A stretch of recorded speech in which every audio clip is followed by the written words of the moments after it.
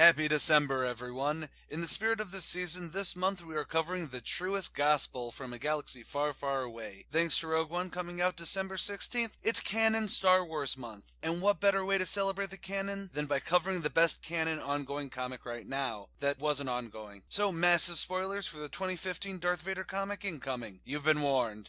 On with the show! Book 2, Secrets and Shadows Part 6. In the solar storms around Anthem Prime, Aphra is trapped by the Imperial blockade. Yet before they begin to send TIE fighters in to get her, Vader makes a remark about the Plasma Devils. Thanos slaps his forehead because now that the Auntie is dead, the whole system will be in an uproar, so all the scum will begin to scatter.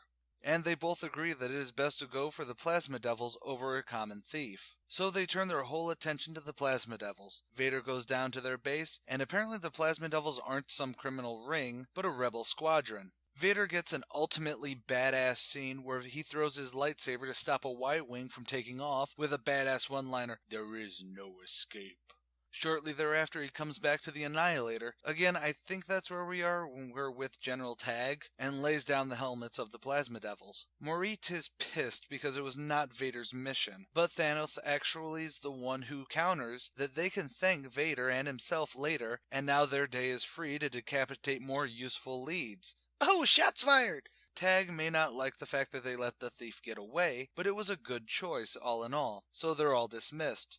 As Thanos and Vader walk away, Thanos actually thanks Vader for being, in so many words, a righteous dude. And he's actually glad he got a minor misdemeanor that got him the job of working alongside Vader. On, I think, Anthem 13, Aphra sits, waiting for Vader, even though Trip Zero points out that she did in fact blackmail him, which was one of the very few things that Vader expressly warned her against. She's worried to high hell, but Vader appears and she immediately tells him where Luke is. He's actually surprised that she's there, but Aphra figures that if she ran, he'd hunt her down. So she's there to show that she is trustworthy and does in fact want to work for him. Vader won't kill her, but if she's lying to live, he will find her. However, we pull away to see that Carbon is in fact tracking him, making plans to make sure Vader doesn't usurp his mission on finding Skywalker. Dun dun, yeah, we get it.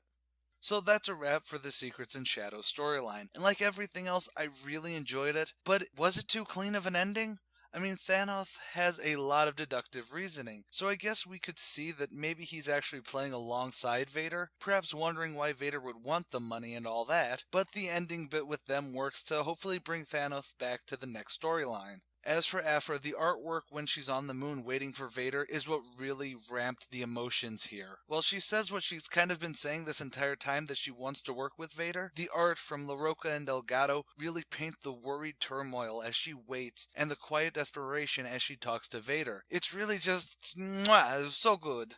I will say that while each issue works great and the story is also really good, I felt that they kinda cut it short. I mean, it's the standard 6 issues for a trade. I mean, and that's what happened with the first trade being 6 issues, with the only story not being 6 issues is the one after Vader Down, but I think that's because the next 2 issues are for Vader Down crossover event. But what I mean is that there felt like we were going to get an escalation to something big like Thanos confronting Vader, or Vader getting rid of Aphra, maybe not killing her, but at least cutting ties with her. However, it basically just feels shrugged away to wrap up so we can have Carbon go after Vader to assumably kickstart Vader Down. It's not bad, just felt like a pause until the crossover's over. So tomorrow, Vader is downed with nothing but rebel forces around him as we kick off the crossover event, Vader Down.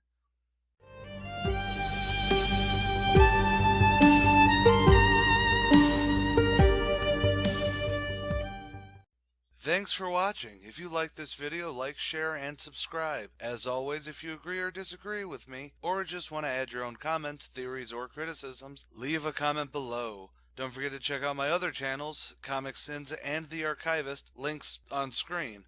I also want to give a huge shout out to Star Wars Explained and Star Wars Theory. I may be talking about my views on Darth Vader comics this month, but both of these channels have been spectacular when dealing with the whole of Star Wars, both canon and legends. Links also on screen. And finally, my credits song is lifted from Taylor Davis's epic Star Wars medley. Check out her channel where she plays some epic violin. And as always, stay golden, Inklings.